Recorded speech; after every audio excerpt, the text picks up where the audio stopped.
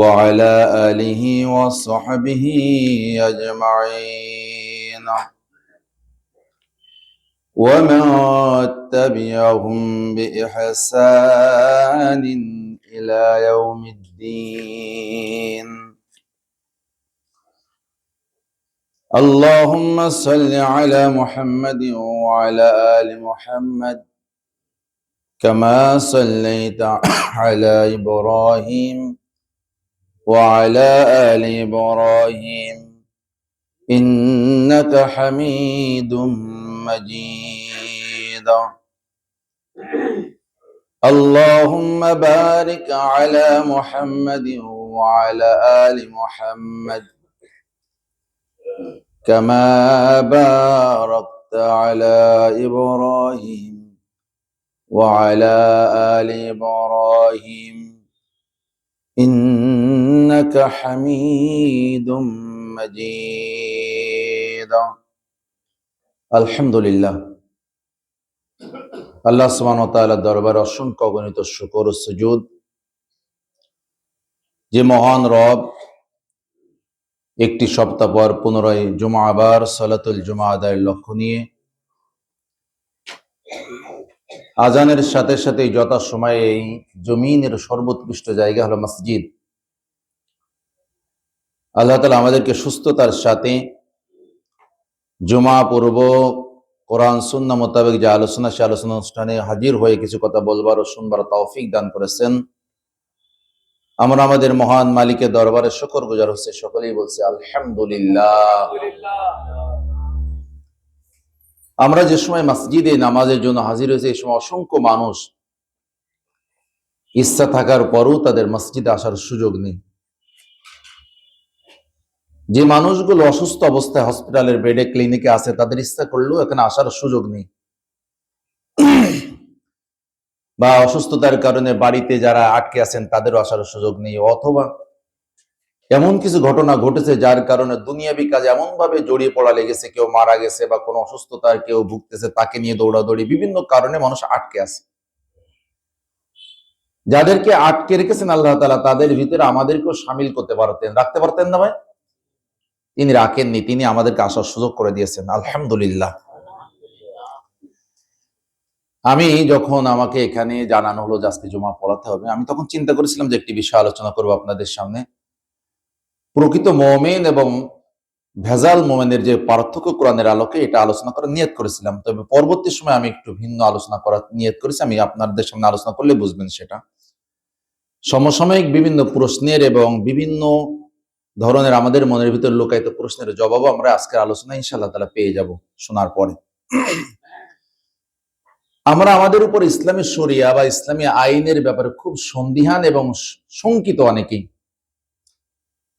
আমরা ইসলামী শরিয়া আইন বলতে আমাদের কাছে সাধারণ ধারণা হলো চুরি করলে হাত কেটে দিতে হবে, জেনা করলে তাকে রজম করতে হবে পাথর মেরে। এই কয়েকটা বিষয়কে আমাদের সামনে হাইলাইট করা হয় এবং ইসলাম বিদ্বেষীরা এটাই করতেছে এবং আমরা সেটাই গ্রহণ করে নিয়েছি এবং আমরা ইসলামী শরিয়ার ব্যাপারে শঙ্কিত, আমরা ভীত সন্ত্রস্ত। ইসলামী শরিয়া যদি আমাদের উপর কার্যকর হয় তাহলে একটা বিশাল বিশৃঙ্খলা তৈরি হবে এবং আমরা একটা সমস্যার ভিতরে, ভয়ানক অমানবিক পরিস্থিতির ভিতরে পড়ে যাব। আপনাদের প্রশ্ন করি, ইসলামী শরিয়া এই বিধান রচয়িতা কে? আমাদেরকে সৃষ্টি করেছেন কে? তাহলে আমাদের জন্য কোন আইন, কোন বিধান কল্যাণকার, এটা তো সবচেয়ে ভালো জানার কথা আল্লাহ তাআলার, নাকি অন্য কেউ?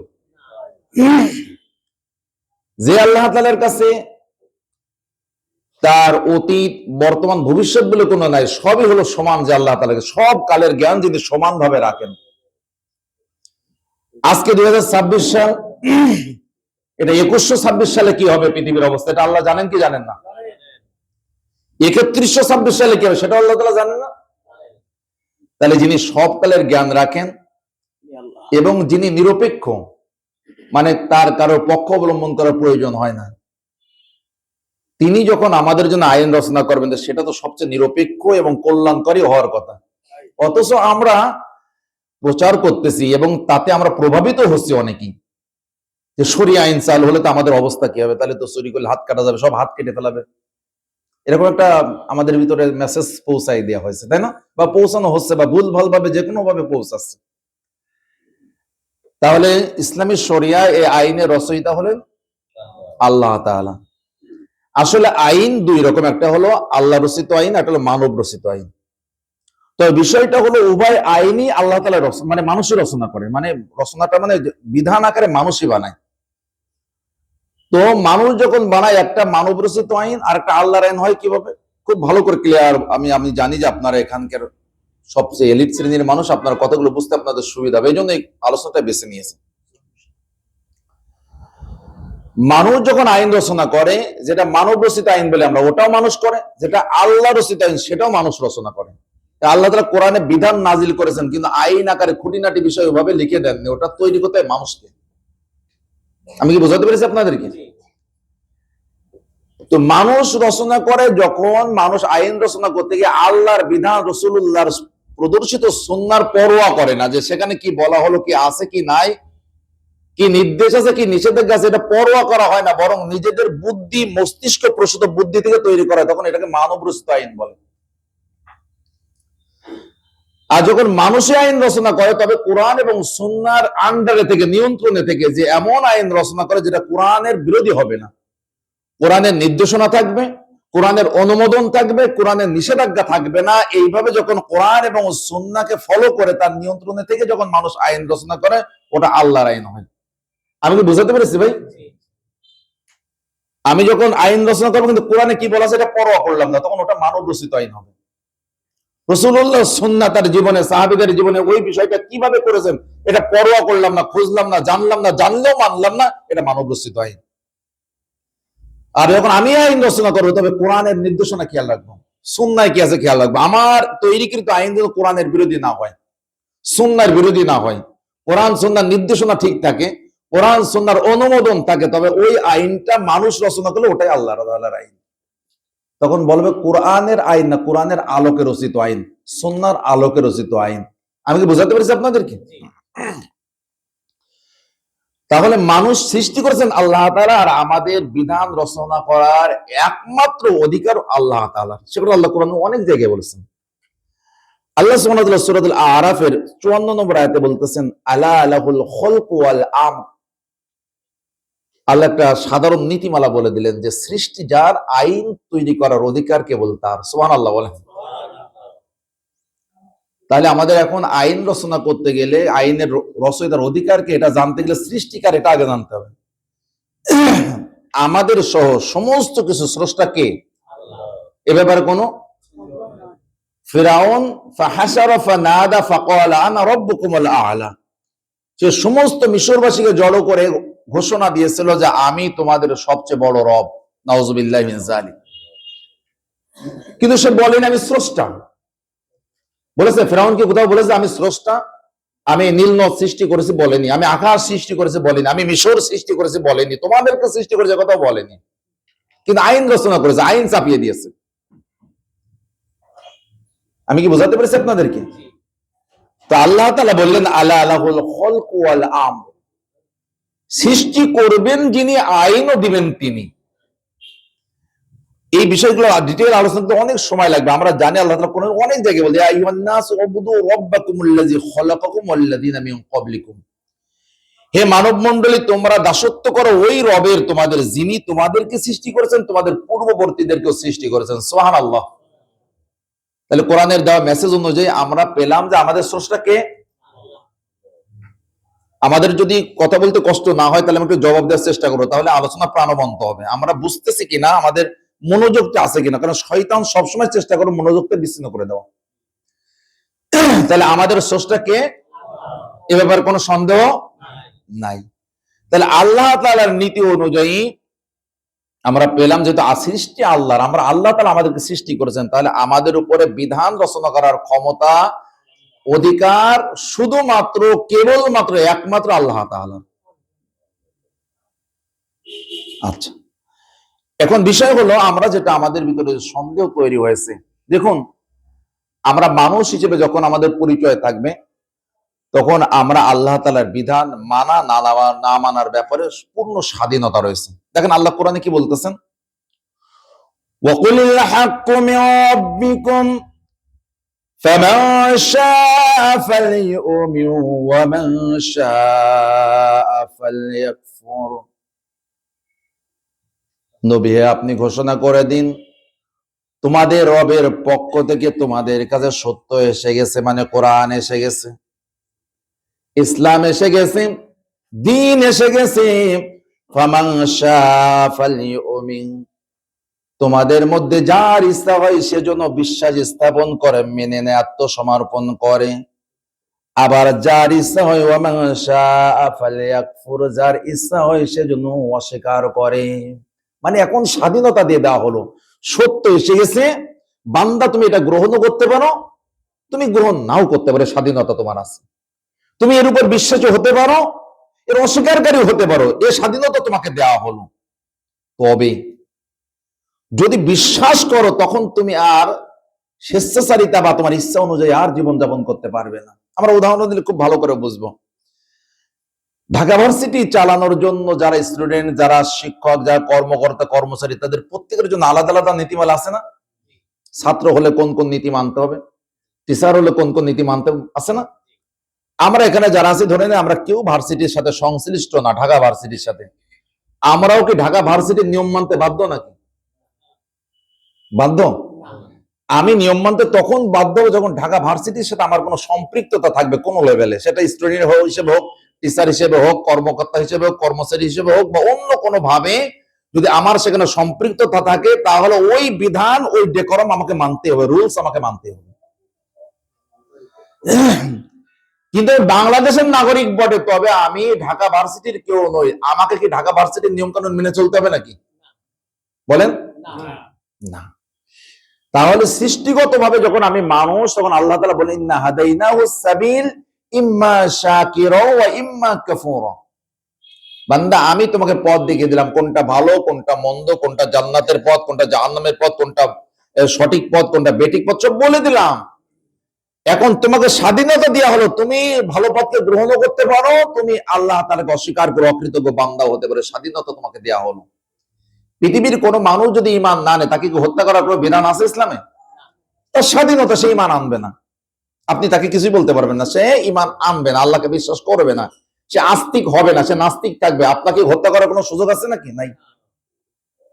কিন্তু যেই মানুষটা ঈমানের কালেমা গ্রহণ করে মুমিন হয়ে যাবে, তখন তাকে আর স্বাধীনভাবে জীবনযাপন করার কোনো সুযোগ নেই। ঢাকা ভার্সিটির স্টুডেন্ট হবেন আর বলবেন যে না, আমি ঢাকা ভার্সিটির কোনো রুলস মানবো না, আপনার ছাত্র তো থাকবে না। ঢাকা ভার্সিটিতে চাকরি করবেন শিক্ষক, অথচ ঢাকা ভার্সিটির নিয়ম মানবেন না, আপনার শিক্ষকতা চলবে না, আপনি বাতিল হয়ে যাবেন, আপনাকে বহিষ্কার করে দেওয়া হবে। কথা কি ভুল হচ্ছে আমার ভাই? এবার আসুন আল্লাহ তাআলার পথে। আল্লাহ তাআলা এই জন্যই বললেন সূরাতুল আহজাবের 36 নম্বর আয়াতে বললেন, ওয়ামা কানা লিমুমিনিন ওয়ালা মুমিনাতিন ইযা কাদাল্লাহু ওয়া রাসূলুহু আমরা আন ইয়াকুনা লাহুমুল খিয়ারাতু মিন আমরিহিম ওয়া মান ইয়াসিল্লাহা ওয়া রাসূলাহু ফাকাদ দাল্লা দালালাম মুবিনা। ওয়ামা কানা লিমুমিনিন ওয়ালা মুমিনাতিন, কোন মুমিন নারী পুরুষের এই অধিকার আর বাকি থাকে না। ইযা কাদাল্লাহু ওয়া রাসূলুহু আমরা, আল্লাহ এবং তার রাসূল যখন কোন বিধান তার উপরে আরোপ করেন, বিধান চাপিয়ে দেন, বিধান তাকে বলে দেন, নির্দেশনা দিয়ে দেন, আইয়াকুনা লাহুমুল খিয়ারাতু মিন আমরিহিম, ওই নির্দেশ সম্পর্কে ভিন্ন মত অবলম্বন করে, পথ অবলম্বন করবে কোন নারী পুরুষের জন্য এ বিধান রাখা হয় নাই। যখন ঈমান এনেছো, তুমি নারী হও পুরুষ হও, এখন আল্লাহ এবং তার রাসূলের বিধান মানতে তুমি বাধ্য। তুমি যতক্ষণ মুমিন হওনি, তোমাকে কোনো বিধান দেওয়া হয়নি, তোমাকে বলা হয়নি তুমি সালাত আদায় করো, সিয়াম পালন করো। ইয়া আইয়ুহাল্লাযীনা আমানু কুতিবা আলাইকুমুস সিয়াম, সিয়ামের বিধান দেওয়ার আগে আল্লাহ ঈমানদার দিকে ডেকেছেন, সব মানুষকে ডাকেননি। ইয়া আইয়ুহান নাস কুতিবা আলাইকুমুস সিয়াম, হে মানব মণ্ডলী তোমাদের জন্য সিয়াম ফরজ করা হয়েছে। তা কি বলা হয়েছে? কি বলা হয়েছে? ইয়া আইয়ুহাল্লাযীনা আমানু, ঈমানের দাবি যারা করেছে তাদেরকে পরবর্তী স্টেপে দায়িত্ব বা বিধান দিয়ে দেওয়া হয়েছে। তার মানে আমি যতক্ষণ মুমিন হই নাই, ততক্ষণ আমার স্বাধীনতা রয়েছে, আমি আল্লাহর বিধান মানতেও পারি নাও মানতে পারি। কিন্তু যখন আমি পরিচয় দিব আমি মুমিন, আমি পরিচয় দেবো যে আমি মুসলিম, তখন আর কথা বলার কোনো সুযোগ নেই যে আমার মন যা চাই তাই করবো। আপনার কি কথা বলার কোনো সুযোগ তার থাকবে না। আল্লাহ বলতেছেন যখন কোন নারী পুরুষ ঈমান গ্রহণ করলো, এরপরে আল্লাহ তাআলা তার রাসূল যে বিধান তাকে দিলেন, এর বাইরে কোনো সিদ্ধান্ত নেওয়ার অধিকার তাকে দেওয়া হয়নি। আমি কি বোঝাতে পেরেছি আপনাদেরকে? তাহলে এখন আল্লাহ সুবহানাহু ওয়া তাআলা আমাদের কল্যাণে যে বিধানগুলো রচনা করলেন, সেই বিধান সম্পর্কে বিরূপ ধারণা পোষণ করা, ভিন্ন মত পোষণ করা, ভিন্ন দিকে যাওয়া, ভিন্ন কোনো বিধান গ্রহণ করার অধিকার মুমিন থাকা অবস্থায় সম্ভব না। আপনি ভিন্ন বিধান গ্রহণ করতে পারবেন, কোনো সমস্যা নেই, তবে আপনি মুমিন থাকতে পারবেন না। আপনি মুসলিম পরিচয় দিতে পারবেন না। যখনই মুসলিম পরিচয় দিব আমি, যখনই মুমিন পরিচয় দেব, নারী আর পুরুষ হই না কেন, তখন আল্লাহর বিধানের ভিতরে আমাকে থাকতে হবে। আমাকে ভিন্ন কোনো পথ অবলম্বন করার কোনো সুযোগ নেই। এই কথাটুকুকে আমি এতক্ষণ আলোচনা করে বোঝাতে পেরেছি আপনাদেরকে। এটা কখন? যখন আমি নিজেকে মুমিন দাবি করব, নিজেকে আমি মুসলিম বলবো, তখন আমি ভিন্ন কোনো পথ অবলম্বন করব। আমার মন যা চাই তাই করলাম। আমার ইচ্ছা হলো আমি নামাজে আসলাম, ইচ্ছা হলো না আসলাম না, আমি ইচ্ছা হলো শুধু জুমা পড়লাম, বাকি আর 34 ওয়াক্তের খবর না, আমার পরবর্তী জুমার জন্য অপেক্ষা করলাম। এটা হলো মুমিন এবং মুসলিমের কাজ নয়। আমি যখনই ঈমান গ্রহণ করেছি, তখন আল্লাহর সমস্ত বিধানের সামনে আমি আত্মসমর্পণ করতে বাধ্য। যদি পূর্ণাঙ্গ মুমিন হতে চাই, আমার মুমিনত্ব তালিকা আমার নামটা টিকিয়ে রাখতে চাই। আমার একটা কথাই আছে না, স্বাধীনতা অর্জন করার চেয়ে স্বাধীনতা রক্ষা করা কঠিন। জন্মসূত্রে আমরা মুমিন হয়ে বসেছি, কথা ঠিক আছে, কিন্তু এই ঈমান বলবৎ রাখা, এই ঈমান কার্যকর রাখা, আল্লাহ তাআলার কাছে যে মুমিনের তালিকা আছে, সেখানে আমার নামটা যেন কার্যকর থাকে, এটা টিকিয়ে রাখা হলো ভয়ঙ্কর কঠিন আমাদের জন্য। বন্ধুগণ আমার, তাহলে একজন মুমিন আল্লাহ তাআলার বিধান, তার শরিয়া সম্পর্কে কখনো শঙ্কিত হতে পারে না, বাজে কথা উচ্চারণ করতে পারে না, বাজে কথা লালন করতে পারে না তার ভিতরে। আমি কি বোঝাতে পেরেছি আপনাদেরকে? ভাইরা আমার, ইসলাম আল্লাহ তাআলার কাছে একমাত্র গ্রহণযোগ্য দিন। কেন? ইসলামের প্রত্যেকটি বিধান হলো যৌক্তিক। কোন বিধান মানুষের উপর জোর করে তার অভ্যাসের বিপরীতে চাপিয়ে দেওয়া হয় না। আমরা কয়েকটি বিধান নিয়ে আলোচনা করবো ইনশাআল্লাহ তাআলা। ইসলাম বিধান দেওয়ার আগে ইসলাম বিধান মানার মতো পরিবেশ তৈরি করে তারপরে বিধান দেয়। চুরি করলে হাত কাটতে হবে, এটা ইসলামের বিধান শুধু নয়, বরং ইসলাম নিশ্চিত করে যেভাবে সমাজের জন্য চুরির কার্য না ঘটে, চৌর্য কার্য না ঘটে, এই পরিবেশ তৈরি করার পরেই হলো, এরপরেও যদি চুরি করে তখন তার হাত কাটার বিধান প্রয়োগ করা হয়।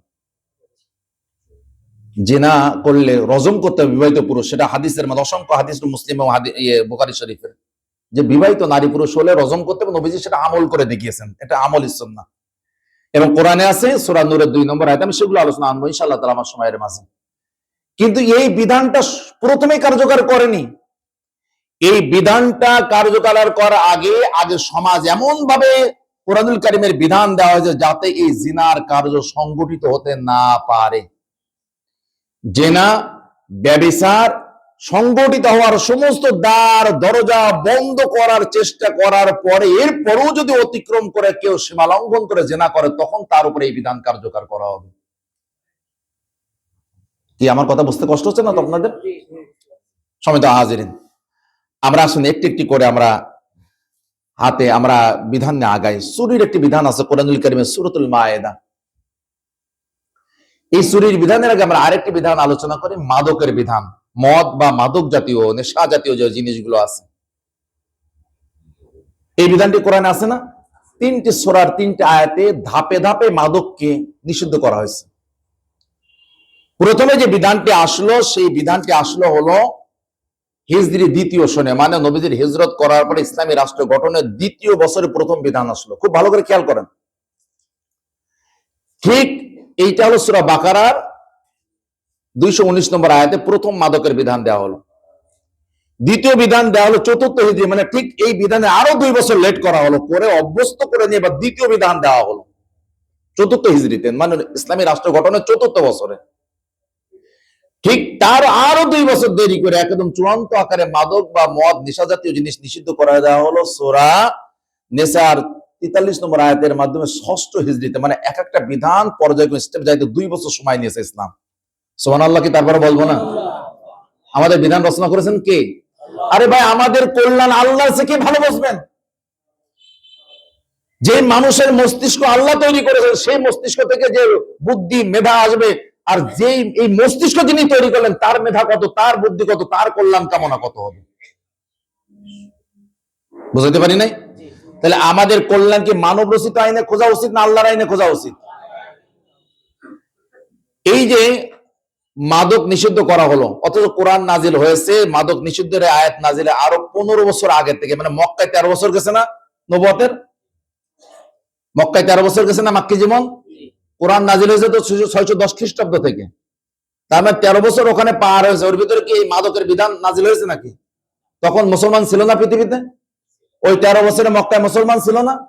কথা বলেন ছিল কিনা?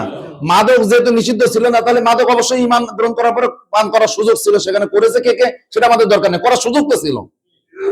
এরপরে মদিনা রাষ্ট্র গঠন হলো, রাষ্ট্র গঠন করে পরের দিনই তো মাদক হারাম করে দিতে পারতেন। 2 বছর অপেক্ষা করা হলো, তাও কি বলা হলো? আসেন, আমরা তো আসলে ইসলাম সম্পর্কে আমাদের সম্পর্ক কোরআন সুন্নাহর সাথে খুবই কম। আমরা শুধু ইসলাম বিদ্বেষীদের কথা নিয়ে কিভাবে ইসলামকে ভিন্নভাবে ভুলভাবে ব্যাখ্যা করে আমরা ইসলাম সম্পর্কে গুজব বা খারাপ ইনফরমেশন বা সংবাদ কিভাবে ছড়িয়ে দেওয়া যায়, আমরা এই কাজে মুসলমানেরাই ব্যস্ত আছি।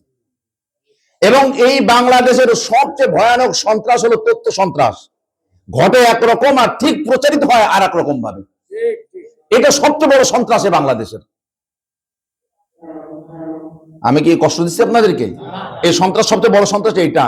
আপনি বন্দুক অথবা চাকু দিয়ে 1 জন 2 জন 5 জন 10 জনকে হত্যা করতে পারবেন, কিন্তু তথ্য সন্ত্রাস এমন ভয়ঙ্কর সন্ত্রাস যেটার দ্বারা হাজার হাজার লক্ষ লক্ষ কোটি মানুষ একবারে শেষ করে দেওয়া যায়।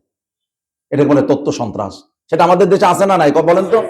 আছে, মানে কি খুব ভালোভাবে আছে, খুব ভালোভাবে আছে। এরা হলুদ সাংবাদিকতা করে কিভাবে সত্যকে মিথ্যা আর মিথ্যাকে সত্য বানাতে হয়, আমাদের বাংলাদেশের সাংবাদিকের চেয়ে অন্য কোনো দেশে এক্সপার্ট আছে বলে আমার জানা নেই। আপনি চাক্ষুষ যে ঘটনা দেখতেছেন পত্রিকার পাতায় ভিন্ন দেখবেন, চাক্ষুষ যে ঘটনা দেখলে আপনি আপনার এই সে মানে সামাজিক যোগাযোগ মাধ্যম অন্যান্য মাধ্যমে দেখবেন সম্পূর্ণ ভিন্ন তথ্য ছড়িয়ে দেওয়া হচ্ছে। এটাকে বলে তথ্য সন্ত্রাস। এটাই সবচেয়ে বেশি আমাদের বাংলাদেশ। তাহলে ইসলাম আসলো পৃথিবীতে 13 বছর হয়ে গেল মক্কায়, মদিনা রাষ্ট্র গঠন হলো, 2 বছর চলে গেলে এরপরে প্রথম মাদকের ব্যাপারে ইসলাম বিধান দিচ্ছেন। আল্লাহ তাআলা জানেন না মাদক বান্দার জন্য খারাপ, এটা জানেন কি জানেন না? তা 15 বছর অপেক্ষা করলেন যে। আমরা তো কিছু মানুষ আছে আবেগে মুসলমান, মানে ক্ষমতায় যাওয়ার আগে ইসলামী আইন শরিয়া চালু যদি না করা হয় তাহলে সে ইসলামী মানলো না। ইসলামের সেন্সই বোঝে না, ইসলামের ফোর্সই বোঝে না, ইসলামের উসুল মূলনীতি বোঝে না যে কিভাবে ইসলামের বিধান কায়েম করতে হয়। কষ্ট পাচ্ছেন নাকি আমার কথায়? আল্লাহ তাআলা বলেন ইয়াসআলুনাকা আনিল খামরি ওয়াল মাইসির, অবশ্যই আপনাকে প্রশ্ন করা হবে, জিজ্ঞাসা করা হবে মাদক এবং জুয়ার ব্যাপারে বিধান ইসলামে কি বলা হয়েছে। কুল ফীহিমা ইসমুন কাবীরুন ওয়া মানাফিউ লিন-নাস, আপনি ওদেরকে বলে দিন এই দুয়ের মাঝে বড় অপরাধ রয়েছে, তবে সামান্য কিছু উপকারও এর মধ্যে রয়েছে। সুবহানাল্লাহ।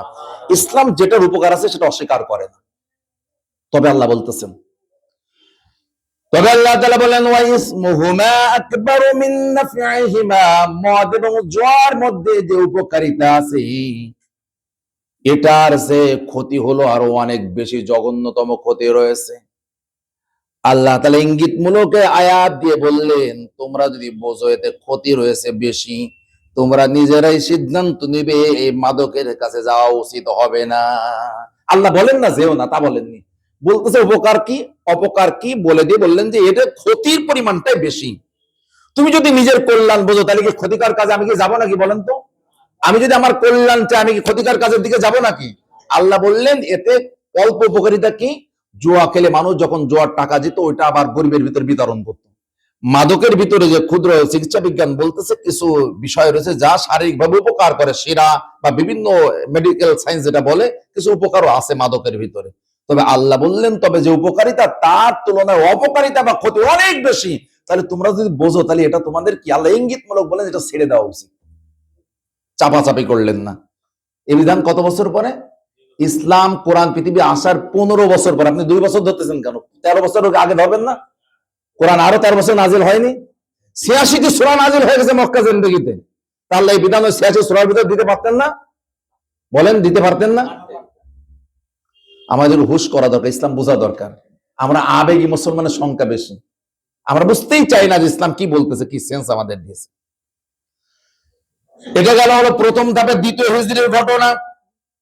এর ঠিক 2 বছর পরে চতুর্থ হিজরিতে আল্লাহ তাআলা বললেন, ইয়া আইয়ুহাল্লাযীনা আমানু লা তাকরাবুস সালাতা ওয়া আনতুম সুকারা হাত্তা তা'লামু মা তাকুলুন। সুবহানাল্লাহ। এবার আল্লাহ তাআলা নির্দিষ্ট সময়ে দৈনিক অন্তত 5 বার নামাজ পড়া লাগে না? কয়বার? অন্তত 5টা টাইমে নামাজের অন্তত 15 আধা ঘন্টা আগে, যেহেতু নেশা করলে তো নেশার একটা থাকে, টাইম থাকে, তাহলে অন্তত আধা ঘন্টা 1 ঘন্টা আগে ছেড়ে দিতে হবে।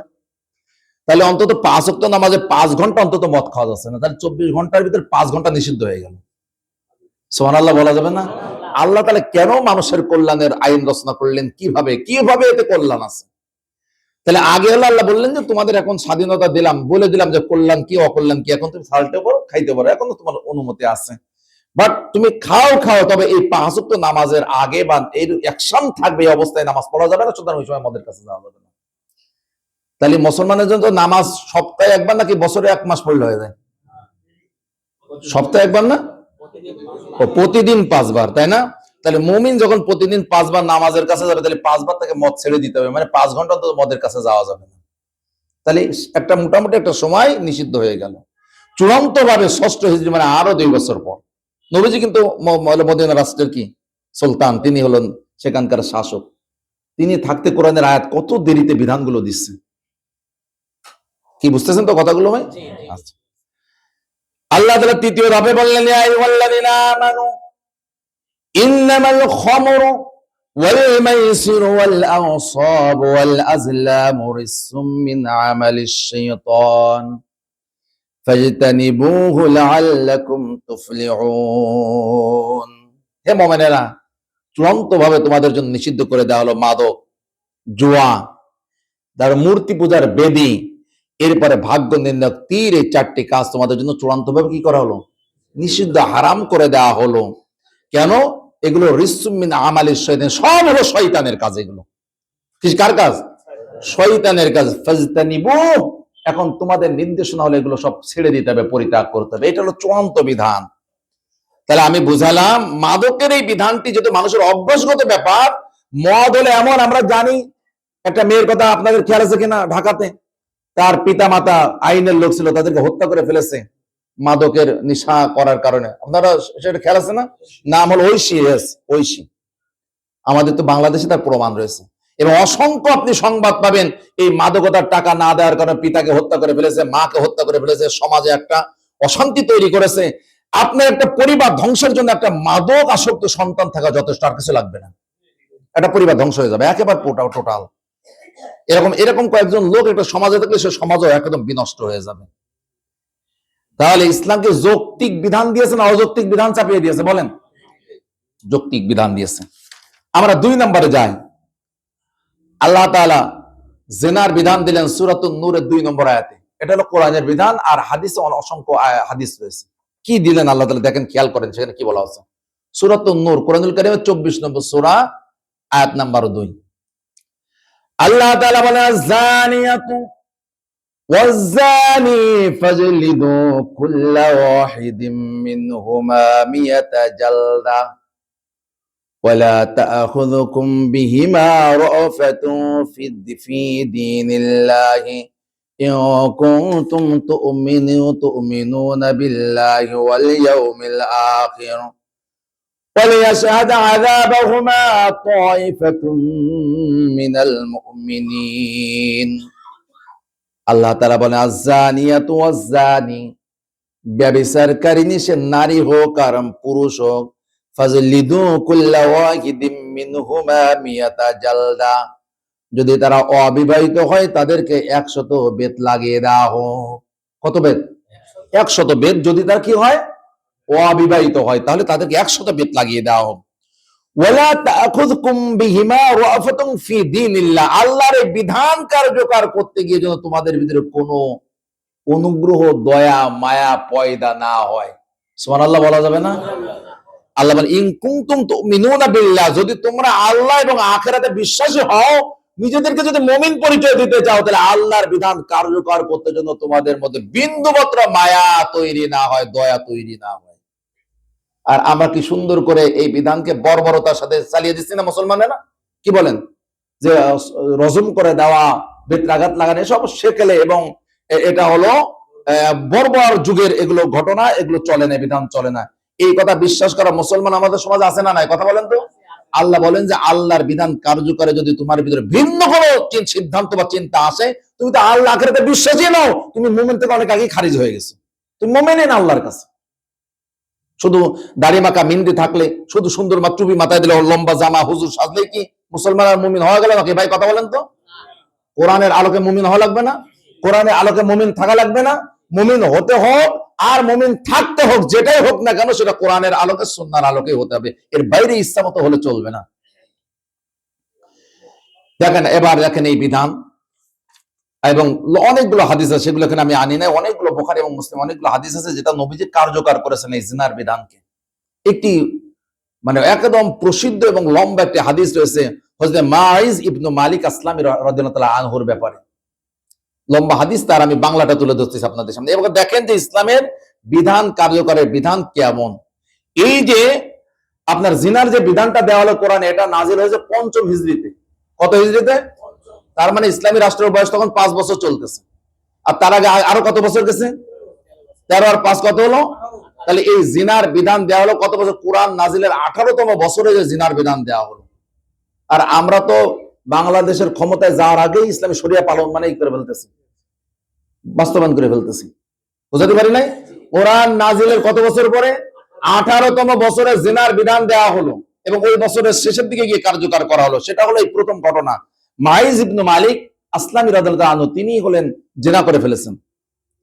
জেনার জন্য বিধান কার্যকর করতে গেলে ইসলামের ফিকি হলো, শরিয়া হলো, 4 জন সাক্ষী চাক্ষুষ দেখা লাগবে একবারে, এবং তার 4 জন, 2 জন না কিন্তু, কয়জন? 4 জন পুরুষ সাক্ষী ঘটনা দেখা লাগবে সচকে, শুনলে হবে না। আমাদের তো বেশিরভাগ ঘটনা হলো না জানি তাতে বেশি শুনি, শোনা ঘটনা বেশি না আমাদের। কথা বলেন তো। হ্যাঁ, আমি দেখেছি আমার মসজিদে, আমি যেহেতু খুলনার একটি মসজিদের দায়িত্বে আছি, আমি একদিন জিজ্ঞেস করলাম, ভাই আপনারা তো বলেন যে অমুক অমুক ছেলেরা যারা লেখাপড়া, ওরা নাকি রক কেটে বেড়ায়।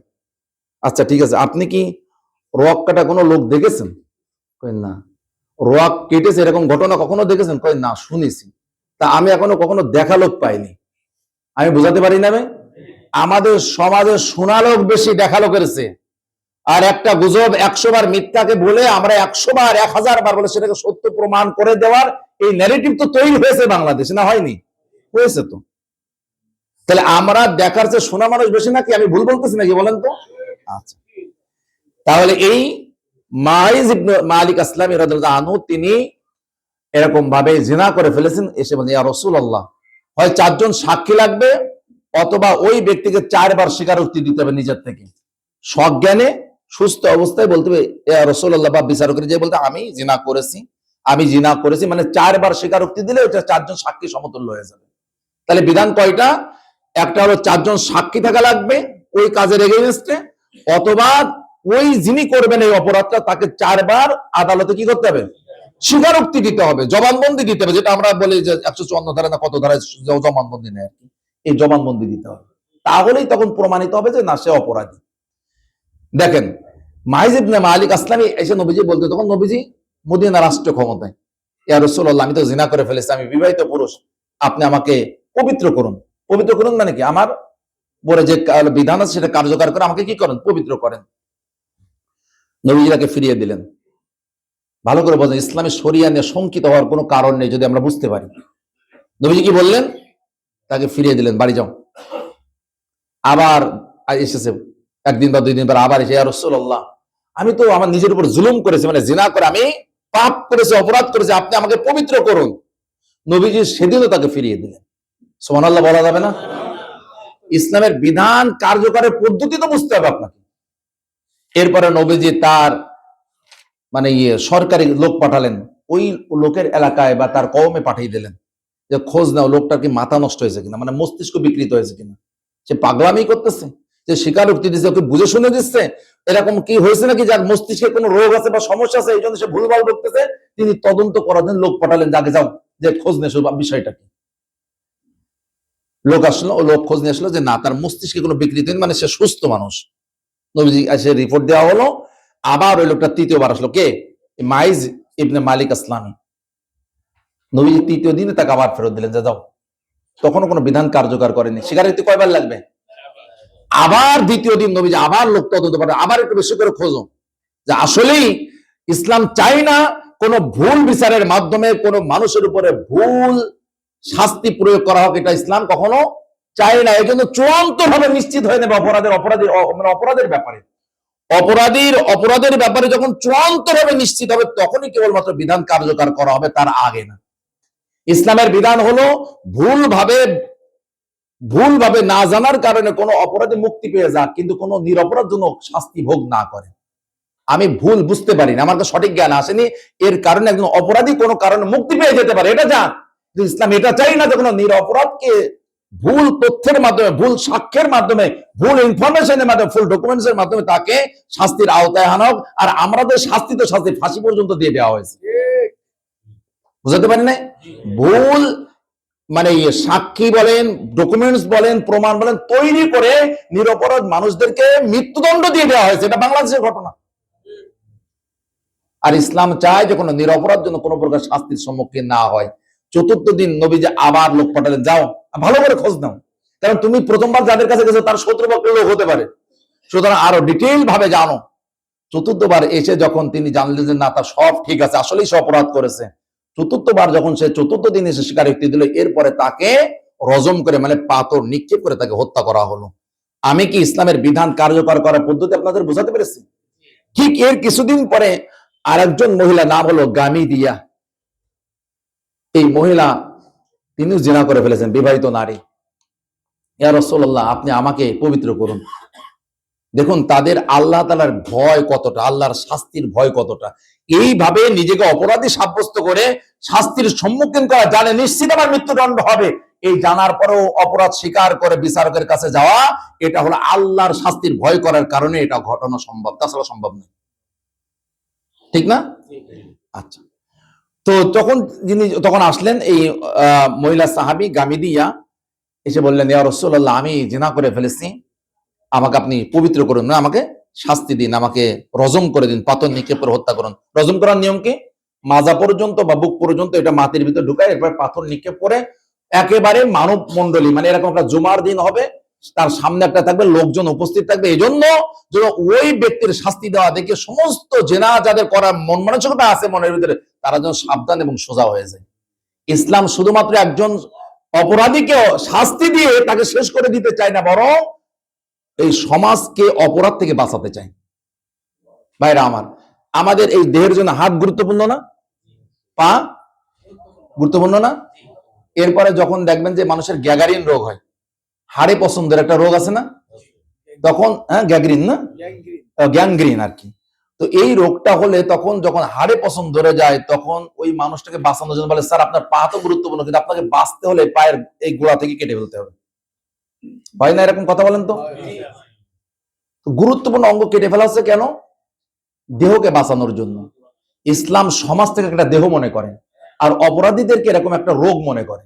এই জন্য অপরাধীদের ব্যাপারে কঠোর সিদ্ধান্ত নেয়, এই জন্য যাতে সমাজকে বাঁচানো যায়, সমাজকে স্থিতিশীল রাখা যায়। আপনি বলবেন এই যে রজম করা, এটা কোনো বিধান হলে এটা তো বর্বরতা। আপনার স্ত্রী, আপনার কন্যা, আপনার বোনের সাথে, আপনার মায়ের সাথে কেউ জিনা করুক এবং আপনাকে বিচারের আসনে বসানো, তখন আপনি কি বলেন দেখা যাবে? সাধারণ ভাবে না। আপনার স্ত্রীর সাথে কেউ জিনা করলো, আপনি দেখলেন, প্রমাণিত হলো, আপনাকে যদি বলে আপনি বিচারক, ইসলাম বিচারক না, কোরআন বিধান দেবেন, আপনি বলেন এই লোককে কি করা উচিত, আপনি বলবেন যে না, ও তো ভুল করে ফেলেছে, মাফ করে দিলাম, এরকম বলবেন? বলেন এরকম বলবেন? তা আপনার স্ত্রী, সন্তান, আপনার মেয়ে, আপনার মা, আপনার বোনের ব্যাপারে যদি আপনি কঠোর হতে পারেন, তাহলে ইসলাম গোটা জাতির জন্য, মানব জাতির জন্য কঠোর হতে পারবে না কেন? আপনার কাছে এখন বর্বরতা লাগতেছে, তাই না? আপনার স্ত্রীর সাথে ঘটলে, আপনার মায়ের সাথে ঘটলে, তখন কি আপনাকে যদি বিচারক বসানো হয়, তখন কি বলবেন? মাফ করে দেবেন? বলেন?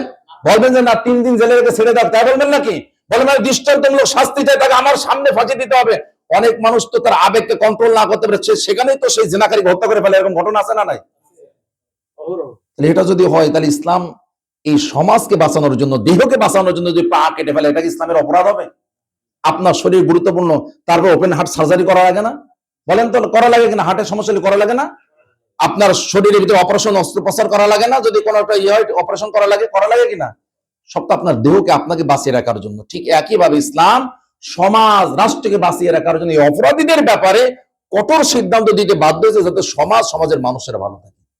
ইসলামের কাছে একজন ব্যক্তির চেয়ে একটা সমাজ বেশি গুরুত্বপূর্ণ। আমি কি বোঝাতে পেরেছি আপনাদেরকে? তো এই মহিলা গামিদিয়া এসে বলতে, ইয়া রাসূলুল্লাহ, আমাকে পবিত্র করুন, আমি তো জিনা করে ফেলেছি। নবীজি তাকে ফিরিয়ে দিলেন। আবার দ্বিতীয় দিন এসেছেন, আবার বলেন তুমি ফিরে যাও।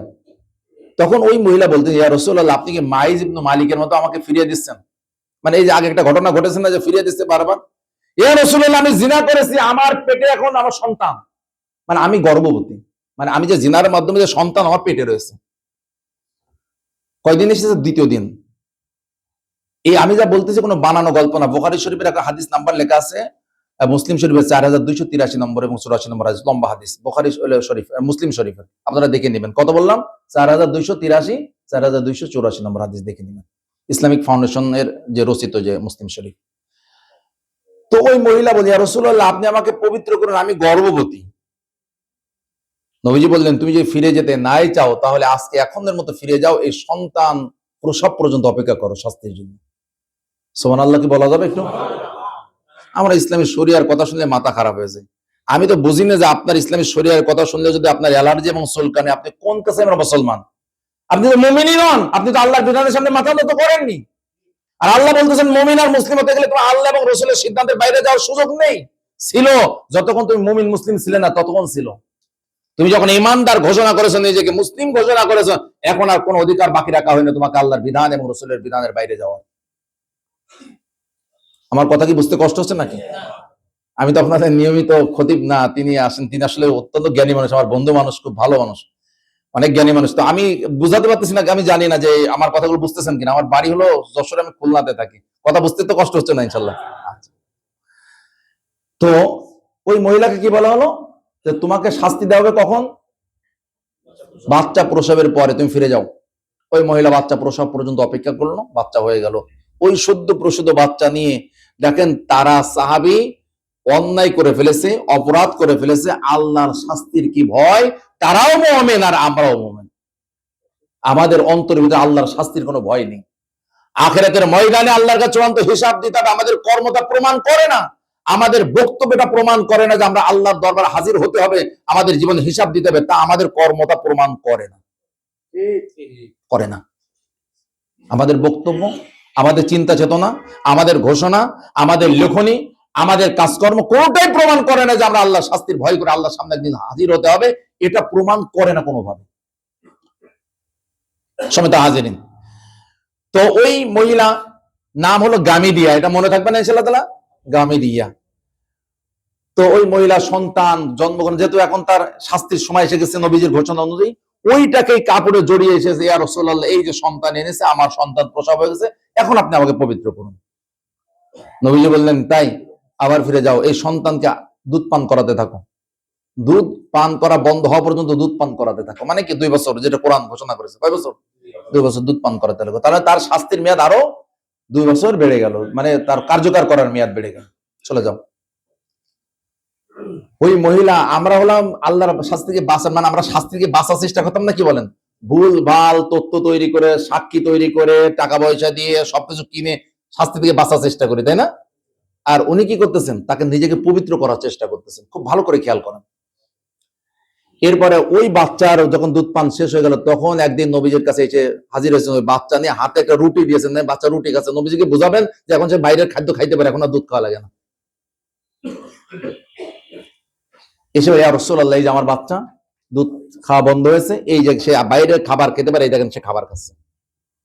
তখন ওই বাচ্চাকে রেখে অন্য মুসলিমকে তাকে দিয়ে দেওয়া হলো লালন পালনের জন্য, দিয়ে তারপরে ওই গামিদিয়া মহিলাকে এই চতুর্থবার স্বীকারোক্তি দেওয়ার পরে তাকে রজম করে দেওয়া হলো, মানে মাটির ভিতর পুঁতে যেভাবে করা হয়, জিনার বিধান কার্যকর করা হয়। এই বিধান কার্যকর করতে গিয়ে একটা পাথরের আঘাতে ওই মহিলার মাথা পেটে রক্ত ছুটে এসে লেগেছে খালিদ বিন ওয়ালিদ রাদিয়াল্লাহু আনহুর গায়ে। খালিদ বিন ওয়ালিদের নাম তো শুনেছেন নাকি? মুসলিম বীর, যাকে সাইফুল্লাহ বলা হয়, আল্লাহ তরবারি বলা হয়, যার জীবনে মুসলিম আর অমুসলিম কোন যুদ্ধে কখনো তিনি পরাজিত হননি, অমুসলিম থাকাও হননি, মুসলিম থাকার পরও হননি। 125টির বেশি যুদ্ধ তিনি সেনাপতির দায়িত্ব পালন করেছেন। আর যখন তিনি মারা যাচ্ছেন বিছানায়, তখন তিনি বলতেছেন, মানুষ বলে নাকি যুদ্ধের ময়দানে গেলে মারা যায়, আমি 125টি যুদ্ধের সেনাপতির দায়িত্ব পালন করলাম, আর আমাকে এখন এই বিছানায় ভুগে ভুগে মরা লাগতেছে। তার মানে জিহাদের ময়দানে শাহাদাত বরণ করা, এটা আল্লাহ তাআলার কি পক্ষ থেকে কবুলাত না থাকলে আপনি আল্লাহর পথে জীবন দিতে পারবেন না, এটাই চূড়ান্ত। তো তিনি যখন রক্ত ছুটে লাগলো, তখন তিনি ওই মহিলাকে একটু ধিক্কার দিলেন, যে একজন জিনাকারীর রক্ত তার গায়ে লেগেছে, তিনি একটু অস্বস্তি বোধ করলেন এবং জন্য কি একটা গালিও দিলেন তাকে। রাসূলুল্লাহ পাশে রয়েছেন। নবীজি বললেন, খালিদ, তুমি যে তাকে গালি দিলে, তুমি কি জানো তার যে তওবা, এটা আল্লাহর কাছে এত পছন্দ হয়েছে। এইভাবে যদি কোনো মানুষ হক ফাঁকি দিয়েছে, যে বান্দার হক ফাঁকি দিয়েছে, বান্দার হক তো আল্লাহ, বান্দা না মাফ করার পর্যন্ত আল্লাহ মাফ করবেন না। তা নবীজি বললেন, এই মহিলা এমন ভাবে তওবা করেছে যে এই মহিলার এই তওবা যদি কোনো মানুষ বান্দার হক ফাঁকি দিয়ে মারা যায়, এবং সেও যদি এইভাবে তওবা করে, আল্লাহ বান্দার হক তার পক্ষ থেকে মাফ করে দেবেন। সুবহানাল্লাহ। তাই তওবা এত কবুল হয়েছে আল্লাহর দরবারে। এবার নবীজি বললেন, তার জানাজার ব্যবস্থা করো। নবীজি সেই জানাজার ইমামতি করলেন। একটা জিনাকারী নারীর শাস্তির পরে জানাজা কে দিচ্ছেন? আল্লাহ নবী জানাজার ইমামতি করতেছেন। আপনাকে ইসলামের বিধানের নিয়ম বুঝেছেন তো? ইসলামের বিধান হঠাৎ করে মানুষের উপর চাপিয়ে দেওয়া হয় না, আর হঠাৎ করেও কার্যকর করা হয় না। এটা পর্যায়ক্রমে মানুষকে অভ্যস্ত করা হয়। মানুষই প্রয়োজন উপলব্ধি করবে, না এখন শান্তির জন্য হলে ইসলামের আইন কার্যকর করা দরকার, মানুষ বুঝতে পারবে। আমি কি বোঝাতে পেরেছি আপনাদেরকে? 3 নম্বর বিধান আসেন, চুরির বিধান। চুরির বিধান কি? কোরআনুল কারীমে সূরাতুল মায়েদার 38 নম্বর আয়াতে আল্লাহ তাআলা বলতেছেন, ওয়াসারিকু ওয়াসারিকাতু ফাকতু আইদিয়াহুমা জাযাম বিমা কাসাবা নাকালাম মিনাল্লাহ।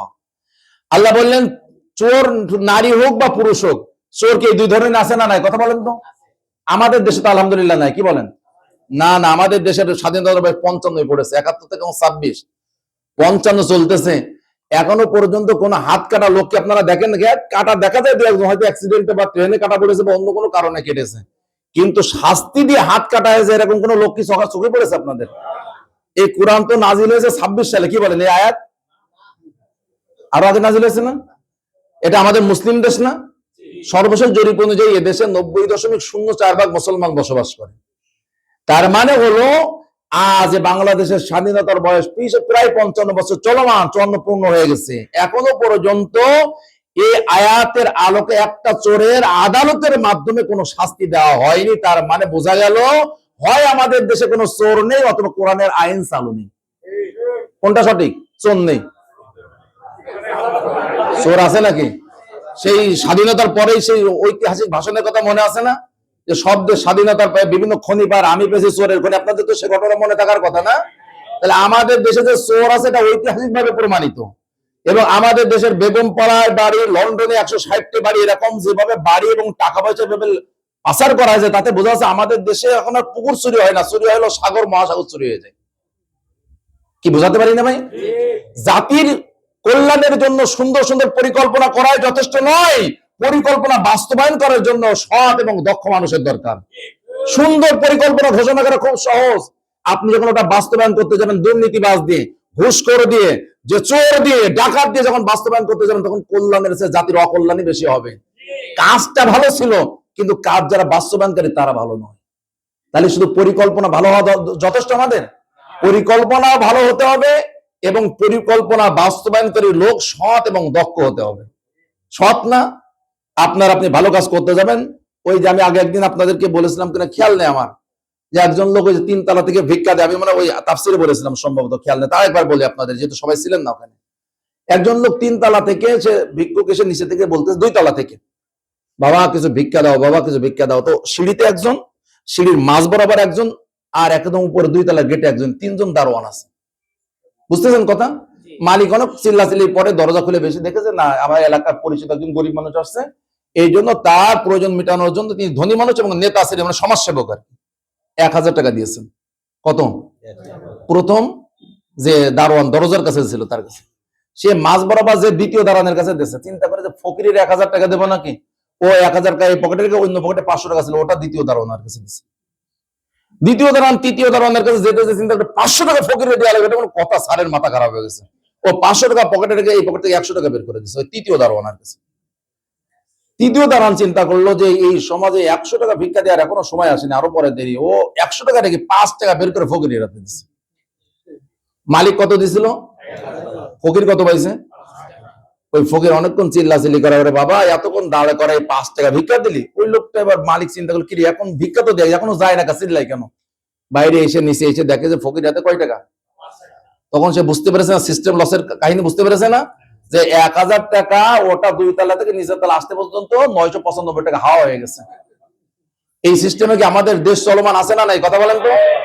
রাষ্ট্র হয়তো ভালো সিদ্ধান্ত নেয়, যারা সরকারে দেখেন তারা হয়তো জাতির কল্যাণের সিদ্ধান্ত নেন, কিন্তু আমাদের রন্ধ্রে রন্ধ্রে দুর্নীতিবাজ অসৎ মানুষ থাকার কারণে তা জনগণ বা রূপ পর্যায়ে পৌঁছাতে পারে না, তার আগে শেষ হয়ে যায়। ঠিক বললাম কিনা ভাই? কথা বলেন।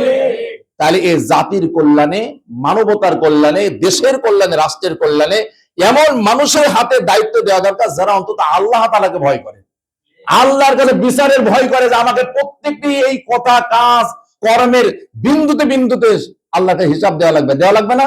ফামান ইয়ামাল মিসকালা যাররাতিন খায়রান ইয়ারা ওয়া মান ইয়ামাল মিসকালা যাররাতিন শাররান ইয়ারা।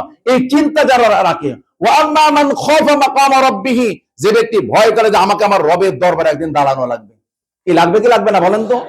এই ভয় যারা করে তাদের দ্বারাই কেবলমাত্র সমস্ত সিকিউরিটি, সমস্ত প্রকার নিরাপত্তা বাদেই তার দ্বারা ভালো কাজ করানো সম্ভব হয়। আর অন্য মানুষ ভালো কাজ করে চাপে পড়ে, যে লোকজন দেখতেছে এখন তো খারাপ কাজ করার কোনো লাইন নেই। শুনেছেন না আপনারা কথা, যে আপাতত নির্বাচন পর্যন্ত একটু ভালো আচরণ করো, অন্তত পরে দেখা যাবে না। এখন একবারে পা ধরো, 5 বছর ওরা আমাদের পা ধরে পড়ে থাকবে, এরকম কথা শুনেছেন না আপনারা? আমি শুনেছি। এই হবে আমাদের চরিত্র। কিন্তু যে মানুষটা আল্লাহ তাআলাকে ভয় করে, সে নির্বাচনের আগেও ভয় করবে, নির্বাচনের পরেও ভয় করবে। সে ক্ষমতাহীন থাকা অবস্থায় আল্লাহকে ভয় করবে, ক্ষমতাশীল থাকার পরও সে আল্লাহকে ভয় করবে। এই ভয় পয়দা না হওয়া পর্যন্ত, আল্লাহর এই শাস্তির ভয় তার ভিতরে কাজ না করা পর্যন্ত, ওই মানুষের দ্বারা মানবতার কল্যাণ তো দূরে থাক, কোনো কিছুর কল্যাণ আশা করা যাবে না। তাহলে মানুষের কল্যাণ, জাতির কল্যাণ করতে গেলে শুধু সুন্দর সুন্দর পরিকল্পনা, প্ল্যান ঘোষণা করলেই যথেষ্ট না। আগে আপনাকে ওই প্ল্যান কার্যকর করার জন্য দক্ষ এবং সৎ মানুষ তৈরি করতে হবে। নবীজি ইসলামী রাষ্ট্র প্রতিষ্ঠা করেছেন কোরআন নাজিলের 13 বছর পরে। যে কেন? কারণ একটা রাষ্ট্র পরিচালনা করতে গেলে যেভাবে দক্ষ এবং সৎ মানুষ তৈরি করা যাবে, তার 13 বছর ধরে মক্কায় তৈরি করেছেন। তিনি জানেন একটা রাষ্ট্র বা জাতির কল্যাণে একা কাজ করা সম্ভব নয়। কথা বলেন তো। একজন প্রধানমন্ত্রী, সে কি সব মন্ত্রণালয়ের দায়িত্ব পালন করতে পারবে? সে করতে হলো, সে কি প্রত্যেক ডিস্ট্রিক্টে যে ডিসির দায়িত্ব পালন করতে পারবে না তো। তাহলে একটা রাষ্ট্র বা একটা সমাজ পরিচালনার জন্য একদল লোক তৈরি করা দরকার। এই লোক তৈরি হয়েছে কত বছরে? 13 বছরে। মক্কার 13 বছরে মানুষ তৈরি করা হয়েছে। এমন মানুষ তৈরি করা হয়েছে যা 313 জন 1000-এর জন্য যথেষ্ট হয়ে গেছে। সুবহানাল্লাহ।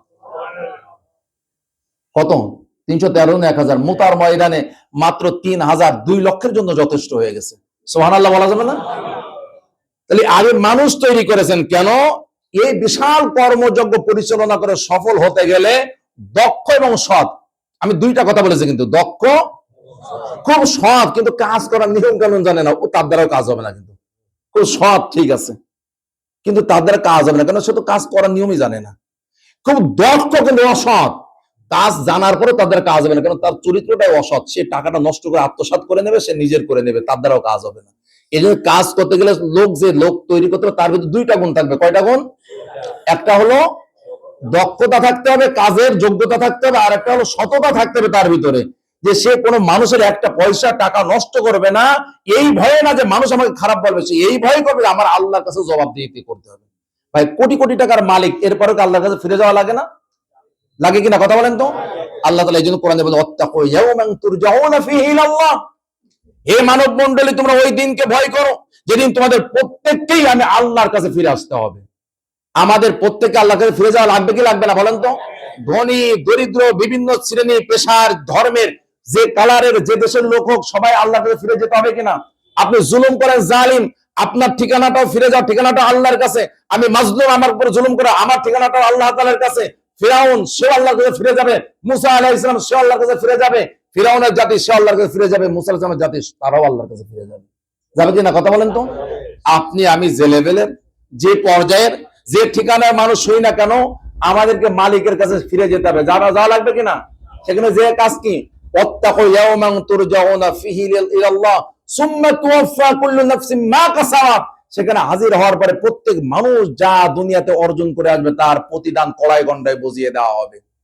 ও ভাই, এই আয়াতটা 281 নম্বর আয়াত সূরাতুল বাকারার সর্বশেষ নাজিলকৃত আয়াত অনেক মুফাসসিরের মতে।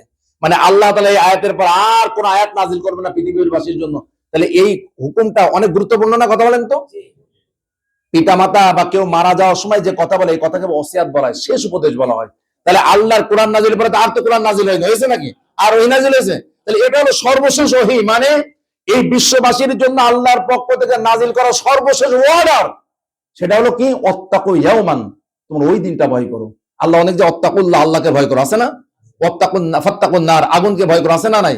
আল্লাহ এগুলো কিছুই বললেন না, সর্বশেষ বললেন ওয়াত্তাকু ইয়াওমান তুরজাউনা ফিহি ইলাল্লাহ, বান্দা ওই দিনটাকে ভয় করো যেদিন তোমাদের প্রত্যেককে আমি আল্লাহর কাছে ফিরে আসতে হবে। সুম্মা তুওয়াফা কুল্লু নাফসিন মা কাসাবাত ওয়া হুম লা ইউজলামুন, দুনিয়াতে যা করে আসবা তার কড়াই গন্ডায় তোমার প্রতিদান বুঝিয়ে দেওয়া হবে, কারোর প্রতি কোনো বিন্দু মাত্র জুলুম করা হবে না। এই আয়াত যদি আমাদের মস্তিষ্কে ধারণ করতে পারে, হৃদয়ে ধারণ করতে পারে, আর এই আয়াতের আলোকে যদি আমি চলতে পারি, তাহলে আমার দ্বারা চুরি হওয়া সম্ভব না, ঠিক কিনা বলেন? আমার দ্বারা মানুষের কল্যাণ হয়তো খুব বেশি না হলেও অকল্যাণ হওয়ার আগে আমার হাত কেঁপে যাবে, পা কেঁপে যাবে, না রে আমাকে তো এই ব্যাপারে আল্লাহর কাছে জবাবদিহি করা লাগবে। আপনি যেই হন না কেন, 3 টুকরো সাদা কাপড়ের বেশি আপনাকে একটু কিছু বেশি দেওয়া হবে না। আপনি যেই হন না কেন, আপনার কবরের ভিতর প্লাস্টিক, প্লাস্টার বা টাইলস বসিয়ে দেওয়া হবে না, মাটির কবরে শুয়ে দেওয়া হবে। কথা বলেন ঠিক না ভাই? কথা বলেন। এমন কি এটাও হতে পারে যে আপনি মারা যাওয়ার পর আপনার লাশটাই খুঁজে পাওয়া গেল না, কবরও দেওয়ার সুযোগ হলো না, হতে পারে না এরকম?